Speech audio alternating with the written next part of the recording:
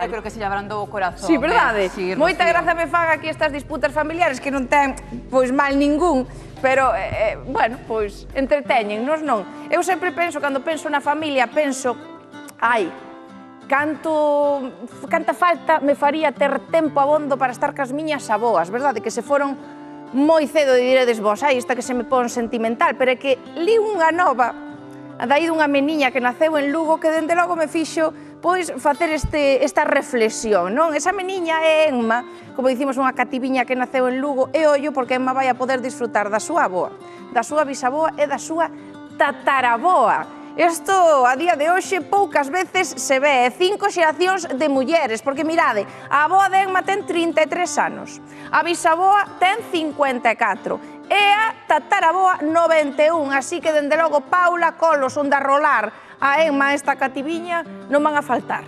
É que increíble, que a aboa ten 33 anos, que é máis nova que a min.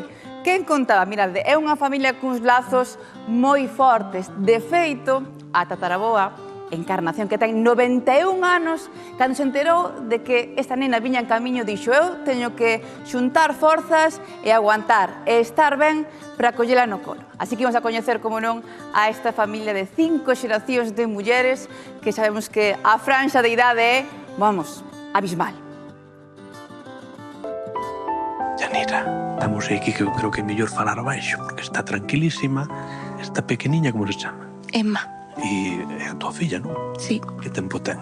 6 días. Isto non é unha familia, digamos, normal. É unha familia numerosa e con moitas xeracións diferentes que ahora mesmo comparten a vida con Emma, non? Exacto. La abuela con 34 años, la bisabuela con 54 años y la tatarabuela con 91. Quen lle diría a esta xente que iban ter eses títulos a esa edad? Me imagino, non? Sí.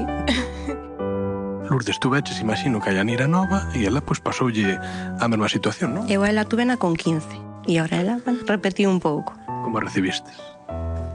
Imagínate, cainos a babiña. Cando veu pa a casa, chamamos aos veciños e iso para que a viñeran conocer e están todos encantados con ela.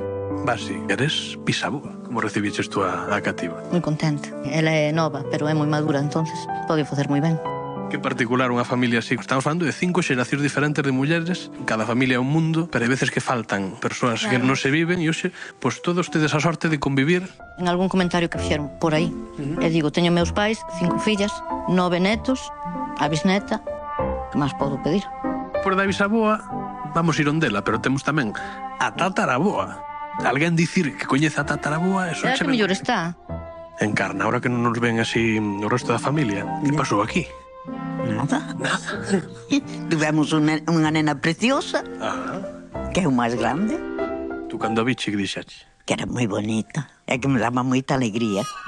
Non é o habitual. Se como se xa a vida. No. Tal como estades vos los dos, que estades como dúas flores. Sí. Un día falando así como estamos hoxe, preguntaron-me a da que tiña, e claro, dixen a da que tiña. Vai mentir ao carallo, onde vas tú ter esa edad, que tal se nesa edad andan de gatos e tal. Se o que queira eu ter teño. Porque tú que edad tes? Fixen 18 onte. Pero se lle ven Encarna, gustanche novos. Juan, por eso tatarabó.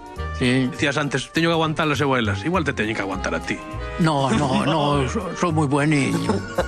Bueno, fan de mí o que queren. E a nena como é? Boa niña? É bueniña. Que lle desexamos á nena? A máis felicidade do mundo. Moita vida por diante. Claro. E toca a lotería, un mozo guapo e bueno. Tamén. Tamén fai falta, Como te sintes tú coa chegada da nena? Eu, el rei de España. Punto.